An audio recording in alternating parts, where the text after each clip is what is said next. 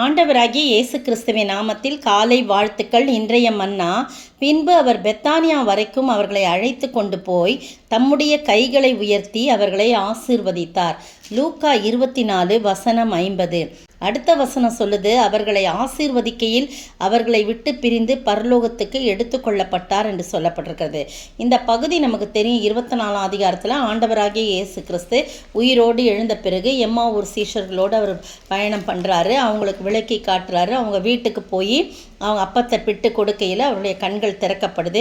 உடனே அவங்க இயேசுன்றதை அறிஞ்சிக்கிட்டு அவங்க ஓடி திரும்பவுமா இந்த இடத்துக்கு சீஷர்களிடத்தில் அவர் உயிர் தெழுந்த செய்தியை சொல்கிறாங்க. வழியில் நடந்தவைகளையும் சொல்லும்போது அவர்கள் அப்பம் பிட்கையில் தங்கள் கண்கள் திறந்ததையும் அவரை பார்த்ததையும் சொல்கிறாங்க. அப்போ அவங்க பேசி கொண்டிருக்கும் போதே திரும்பவும் இயேசு தான் அங்கே இருந்துட்டு இங்கே நடுவே நின்று உங்களுக்கு சமாதானம்னு சொல்கிறாரு.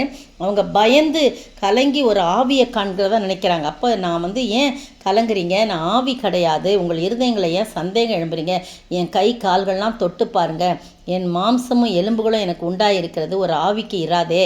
அதனால் நான் ஆவி இல்லை, இந்த மாம்சம் ரத்தமுடைய சரீரமுடையவன் தான் என்னை தொட்டு பாருங்கன்னு அவங்களுக்கு காட்டுறாரு. அதனால் அவங்க சந்தோஷத்தினால சந்தோஷப்படுறாங்க. ஆனால் அவங்களுக்கு அந்த விசுவாசம் அதை விசுவாசிக்காதபடி ஆச்சரியப்படுறாங்க. அப்போ உடனே ஆண்டவர் கேட்குறாரு, புசிக்கிறதுக்கு உங்களிடத்துல ஏதாயிலும் உண்டான்னு கேட்டோன்னே உடனே அவங்க பொரித்த மீன்களையும் மீன் துண்டுங்களையும் தேன் கூட்டு துணிக்கையும் கொடுக்குறாங்க. அப்போ அதை வாங்கி அவர் புசிக்கிறார். அப்போ சரீரத்தில் இருந்தால் மட்டும்தான் புசிக்க முடிய தவிர ஆவியாக இருந்தால் அதை புசிக்க முடியாது. அப்புறம் அவர் என்ன பண்ணுறாரு, நியாயப்பிரமாணத்துலேயும் தீர்க்கதரிசியின் ஆபகத்திலும் சங்கீதத்திலையும் அவரை பற்றி எழுதியிருக்கிறத எடுத்து சொல்கிறார். மரித்து 3ஆவது நாள் வேத வாக்கின்படி எழுந்திருப்பெல்லாம் எழுதியிருக்குதே, அதெல்லாம் நீங்கள் தெரியலையா உங்களுக்குன்னு சொல்லி அவங்களுடைய மனம் திரும்புதலையும் பாவ மன்னிப்பும் எருசலேம் தொடங்கி சகல தேசத்தாருக்கும் அவருடைய நாமத்தினாலே பிரசங்கிக்கப்பட வேண்டும் அப்படின்னு சொல்கிறாரு. நீங்கள் இதுக்கு சாட்சியாக இருக்கிறீங்க. அதனால் நீங்கள் இப்போ சும்மா போனீங்கன்னா உங்களை யாரும் உங்களுக்கு தெரியாது. அதனால் தேவனுடைய பலன் ஆவியினால் நீங்கள் நிரப்ப பண்ணணும். அது தரிப்பிக்க உன்னதத்திலிருந்து அது தரிப்பிக்கப்படுற வரைக்கும் நீங்கள் எருசலேம்லே தங்கி இருங்கன்னு சொல்லி தான் அவர் என்ன பண்ணுறாரு, பெத்தானியா வரைக்கும் அவர்களை அழைத்து போய் தம்முடைய கைகளை உயர்த்தி அவங்களை ஆசீர்வதித்தார். எப்பேற்பட்ட ஸ்லாக்கியம் இல்லை இந்த சீஷர்களுக்கு கிடச்சிச்சு. ஆண்டவர் தம்முடைய கைகளை உயர்த்தி ஆசீர்வதித்தார். அவர்களை ஆசீர்வதிக்கையில் அவர்களை விட்டு பிரிந்து பரலோகத்துக்கு எடுத்து கொள்ளப்பட்டார் என்று சொல்லப்படுது. அப்போ அவங்க பணிந்து ஆண்டவரை மிகுந்த சந்தோஷத்தோடு எருசலேமுக்கு திரும்பி நாடோறும் ஆலயத்தில் அவரை குறித்து துதித்து பாடி அவரை சொல்லிக்கிட்டு இருக்காங்க, தேவனை புகழ்கிறாங்க அப்படின்னு சொல்லி போட்டு அந்த லூக்கா எழுதின சுவிசேஷம் முடியுது. அப்போ பார்த்திங்கன்னா இந்த 50வது வசனத்தில் என்ன சொல்லப்பட்டிருக்குன்னு சொல்லும்போது 40 நாட்களுக்கு பிறகு நீங்கள் அப்போஸ்தலர் 1ஆம் அதிகாரத்தில் பார்த்தீங்கன்னா இந்த சம்பவம் தான், இந்த கடைசி சம்பவம் சொல்லப்பட்டிருக்கு. 40 நாட்களுக்கு பிறகு அப்போஸ்தலருக்கு தரிசனமாகி தேவனுடைய ராஜ்யத்துக்குரியவர்கள் அவருடைய பேசி அநேக தெளிவான திஷ்டாந்தங்கள்னாலே அவர்களை அவர்களுக்கு தம்மை உயிரோடு இருக்கிறவராக காண்பிக்கிறார். அதுதான் நிறைய சொல்கிறார் பார்த்தீங்களா. இந்த வேத வாக்கியங்கள்லாம் விளக்கி காட்டி இதெல்லாம் இருக்குது அப்படின்றத சொல்லி நீங்கள் போய் மற்றவங்களுக்கு சொல்லணுன்றதெல்லாம் அதெல்லாம் இந்த 40 நாட்களுக்கு பிறகு தான் இது நடக்குது, உயிரோடு எழுந்த பிறகு. உடனே இல்லை, இது இந்த சம்பவம் லூக்காவில் சொல்லப்பட்ட சம்பவம், இந்த அப்போஸ்தலர் நடவடிக்கைகளில் சொல்லப்பட்ட சம்பவம் ரெண்டுமே ஒன்று தான். 40 நாளைக்கு பிறகு இது சொல்லப்பட்டிருக்குது.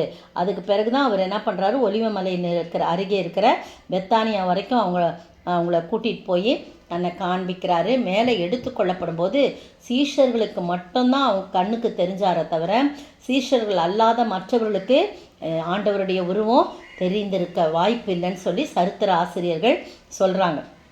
அப்போ ஒலிவ மலையிலேருந்து கர்த்தர் எடுத்துக்கொள்ளப்படுறார். பாருங்கள், 1ஆம் அதிகாரம் அப்போஸ்தலர் 1:11-12 வசனங்களை பார்த்தீங்கன்னா இவர் போகும்போது எல்லாம் பார்க்குறாங்க. அப்போ கலிலேயராகிய மனுஷரே, நீங்கள் ஏன் வானத்தை அண்ணாந்து பார்த்து நிற்கிறீங்க?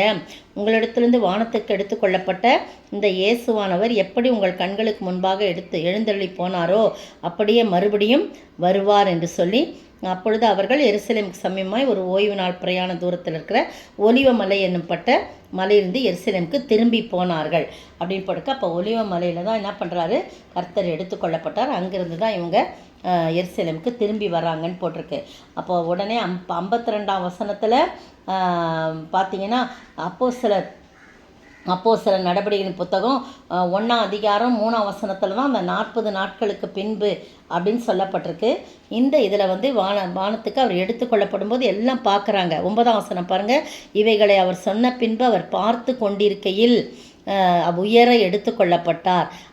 அவர்கள் கண்களுக்கு மறைவாக ஒரு மேகம் அவரை எடுத்துக்கொண்டது அப்படின்னு சொல்லப்பட்டிருக்கு. அப்போ பார்த்திங்கன்னா ஆண்டவர் அப்படி எடுத்துக்கொள்ளப்படும் போது சீஷர்களை தன்னுடைய கையை உயர்த்தி அவர் வந்து ஆசீர்வதிக்கிறார். அப்படிப்பட்ட பாக்கியத்தை சீஷர்கள் பெற்றுக்கொண்டாங்க. உடனே சீஷர்கள் பணிந்து கொள்கிறாங்க. இயேசு வந்து எதுவுமே வந்து அவர்களை எந்த விதமான தடையும் சொல்லாதபடி அவர்கள் பணிந்து கொள்கிறாங்க. பாருங்கள் 52ஆம் வசனம் 52 அவர்கள் அவரை பணிந்து கொண்டு மிகுந்த சந்தோஷத்தோடு எருசலேமுக்கு திரும்பி வராங்கன்னு போட்டிருக்கு. நீங்களும் நானும் இயேசுவை பணிந்து கொள்ள வேண்டும்.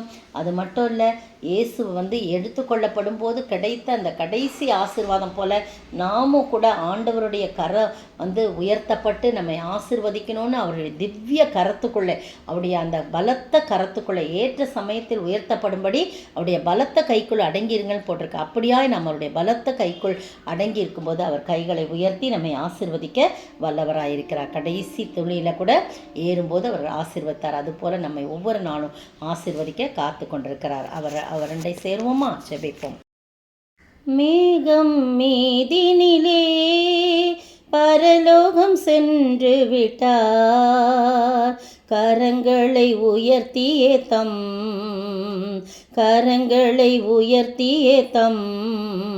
சீஷர்களை ஆசீர்வதித்தார்.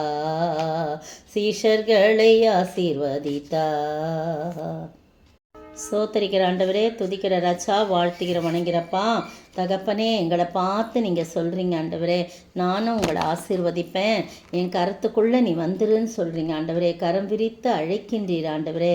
அப்பா, கண்ணீரோடு நாங்கள் ஓடி வரும்போது உம்முடைய கரத்தை உயர்த்தி எங்களை ஆசீர்வதிக்கிறவராய் இருக்கிறீர் ஆண்டவரே.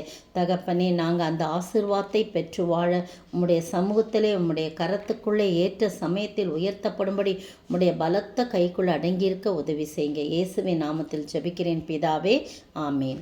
நேற்றைய பதில், சூரியன் இருளடைந்தது, தேவாலயத்தின் திரைச்சீலை நடுவில் 2ஆக கிழிந்தது.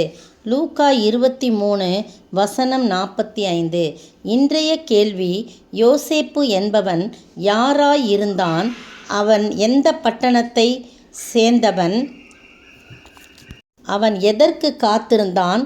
எதற்கு சம்மதியாதவனாய் இருந்தான்? யோசேப்பு என்பவன் யாராயிருந்தான்? அவன் எந்த பட்டணத்தை சேர்ந்தவன்? அவன் எதற்கு காத்திருந்தான்? எதற்கு சம்மதியாதிருந்தான்?